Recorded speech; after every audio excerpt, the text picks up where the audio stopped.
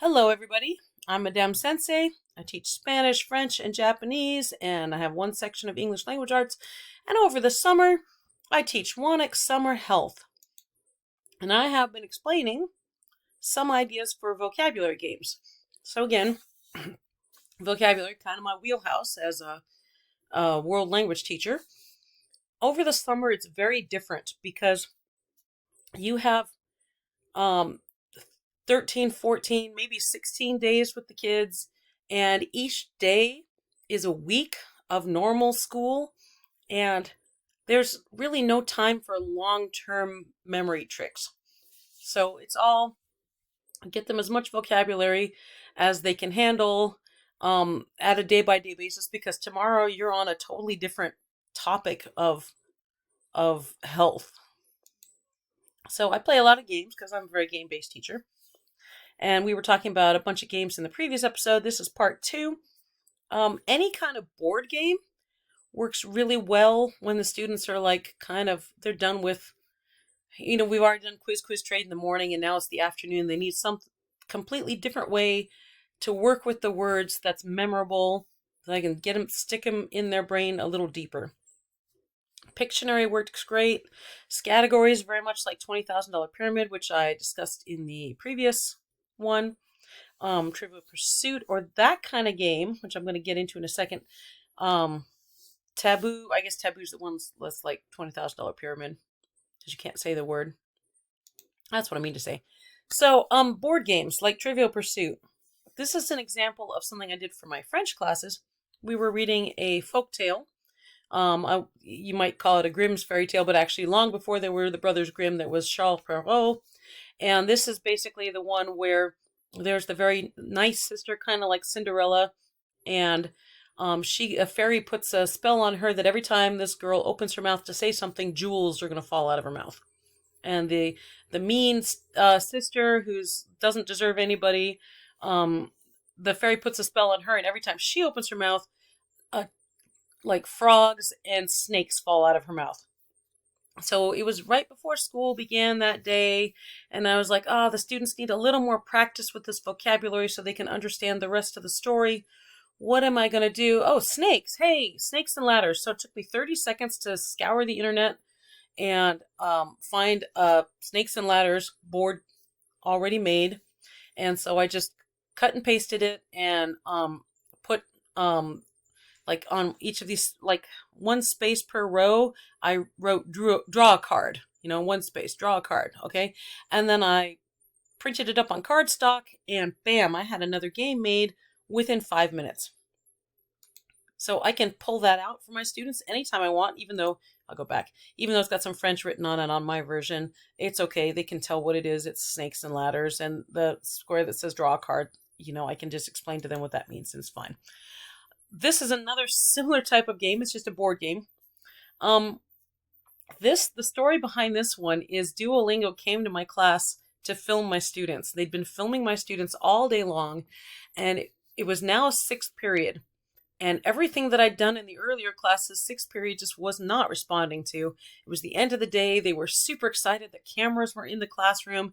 And I was like, oh my God, everything's going south. What do I do? And I swear I pulled this game out of my posterior, and everybody loved it. And it was just amazing. This is a board game that we had been working on in the Duolingo Educators Network that I had done nothing with. I just had the board game kicking around, and I was like, wow, one of these days I'm going to do something with it. And I was thinking about Trivial Pursuit, how there's no, you can go around the board in any direction you want. And so that's what I did. I just pulled it out, and you can see I got out the dice. I got out playing pieces. These are just checkers that I'm using as playing pieces. And these were the rules I put up. If you land on a square with a duo character, draw a card. If everyone agrees on your definition, keep the card. First person to 10 points wins. And it was so simple, and everybody loved it, and the cameraman was super impressed, and all the Duolingo people who were there were super impressed, and it was just so easy to do. And students, they just like games, right? All you need to do is say, hey, here's a game, and they will be more invested. Sink or swim, I really love. So there's a lot of games I will not play in class. I will not do Jeopardy whole class, because there are 3 people participating, and 33 people sitting passively watching. And I do not like my students to be passive. Sink or Swim is a game show game that I do like because there's so much strategy involved. So let me explain how this works. So let's say I've got class, my summer class is only 32 students big. It's capped at 32. So I just gesture with my hand down the middle of class and say, this is team 1, this is team 2. What do you want to name your team? Great, I write that on the board. What do you want to name your team? Great, write that on the board, okay? Everybody stand up at your desk. So they stand up. And I say, who am I starting with, team 1 or team 2? Okay, I'm starting with team 2. Team 2, do you want me to start at the front or the back? And they say the back of the class. Okay, so I'm going to start here, and I'm going to start here, and I'm going to be snaking around the classroom, calling on each student in turn. Okay, asterisk. You're going to see what happens. So I go to first person, and I say, Bob, what is the powerhouse of the cell? And Bob says, the mitochondria. And I say, great, you are absolutely correct. Sink somebody on that team. And Bob says, oh, I know that Fred is a really good player, so I'm going to sink Fred. So Fred has to sit down now. Okay? All right, I'm on this side now. So I'm starting in the back of the class. Sally, what mineral helps the bones grow? You know, whatever the topic is for health, whatever vocabulary we're working on. And Sally says, the mineral that helps bones grow is magnesium. And I say, nope, sorry, Sally. Sit down. Okay, so it goes back and forth like that. Okay, and then go over here and ask a question, and they get, let's say they get it wrong. Okay, I come over here, and Ethel, it's your turn. Okay, what's the scientific term for the lungs? And Ethel says, pulmonary organs. Oh, great. Okay, that's good. All right, so Ethel, do you want to sink somebody on this side, or do you want to save somebody on your side? And Ethel says, oh, Fred is really good, so I'm going to save Fred. There's a lot of strategy that the students will not figure out the first time they play it. Maybe the second time, definitely the third time, they will figure out the strategy, and it is really funny to watch them, like, continually sinking Fred. Fred, who doesn't need the practice, he keeps getting sunk. And the students who do need the practice, they're the ones left standing, and they're the ones who get to practice. So I do really like Sink or Swim a lot. It's a really fun game. Jenga. I had my PTSA buy me 7 Jenga sets.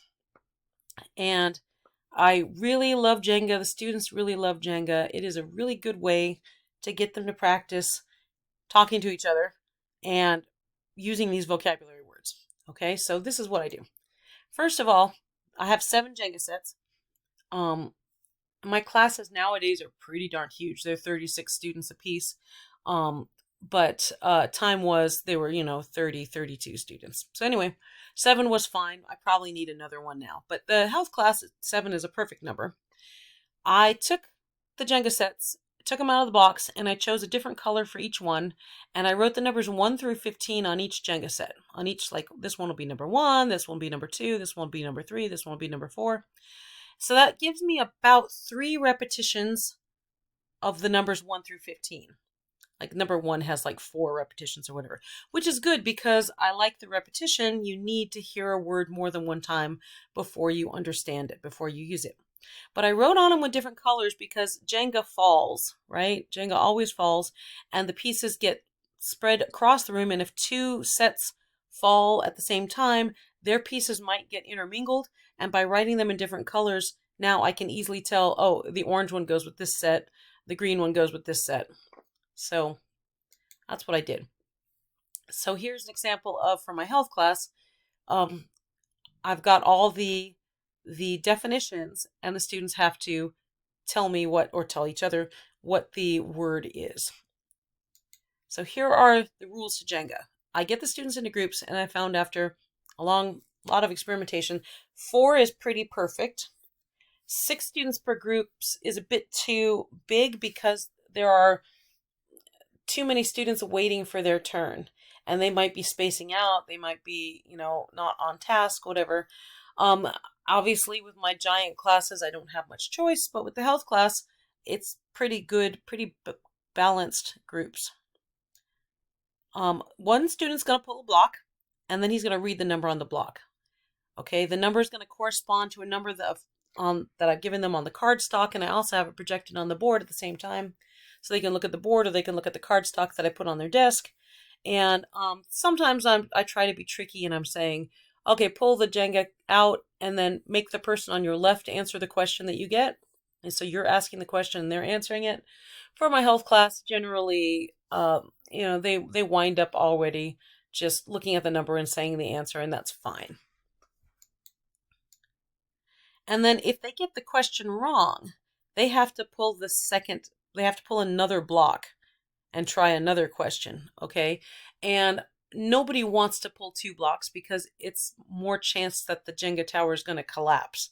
So they really, really are working hard to not get the question wrong. So that's why Jenga works so well. Tic-tac-toe is a pretty good game to play.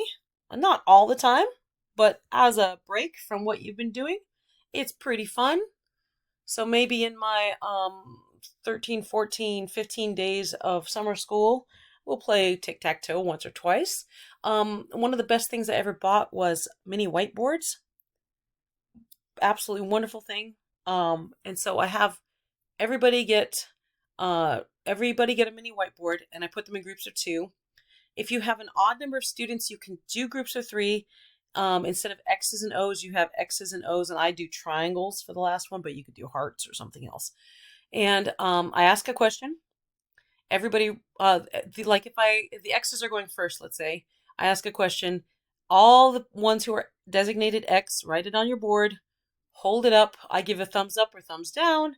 If it's thumbs down, you don't get a turn. If it's thumbs up, X, you get to put an X wherever you want. And then it's the O's turn. The O gets the tic-tac-toe board is written on one of the boards. Okay, so they're like in the group of 2. I didn't explain this very well, huh?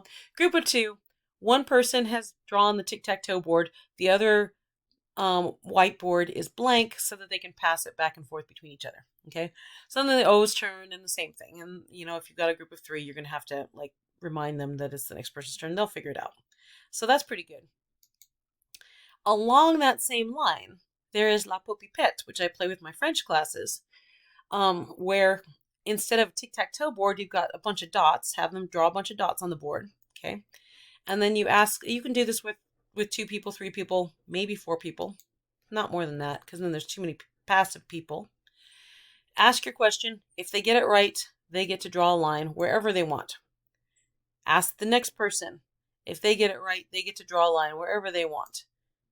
Ask the next person, or go back to the first person. If they get it right, they get to draw a line wherever they want. Eventually, you're going to get somebody who makes the last leg of a square, and then they get to write their initial in the middle of the square, okay? And then at the end of the game, you add up how many squares you have.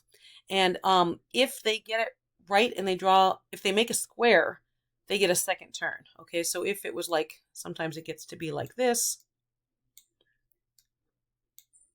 I'll even do this, okay? It gets to be like this. And you've just asked me, what is the powerhouse of the cell? And I said the mitochondria. Yay, I get a square here. And now I get another turn. I can answer the next thing and do this. And then I can answer the next thing and do this. And look how many I got. Okay, so just make sure that they're answering questions. But that's pretty fun too. This one I got from a really great English ELA podcast, which I really enjoy. And this is very much like Battleship, but much quicker and easier. So for this one, I have the students draw this on a piece of paper because it's easier to hide the paper. And then I have everybody answering at once. I don't have person A goes and then person B goes. So I have them, everybody can grab a whiteboard and a marker. But everybody should have a little tiny sheet of paper also where they've drawn this grid, A, B, C, D, E, 1, 2, 3, 4, 5.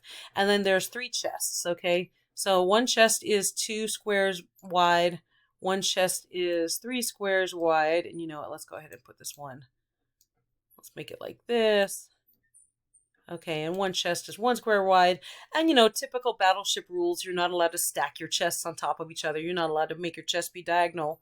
It has to be vertical or horizontal. Okay, so then I ask the question, what's the powerhouse of the cell? Everyone writes it on their mini whiteboard.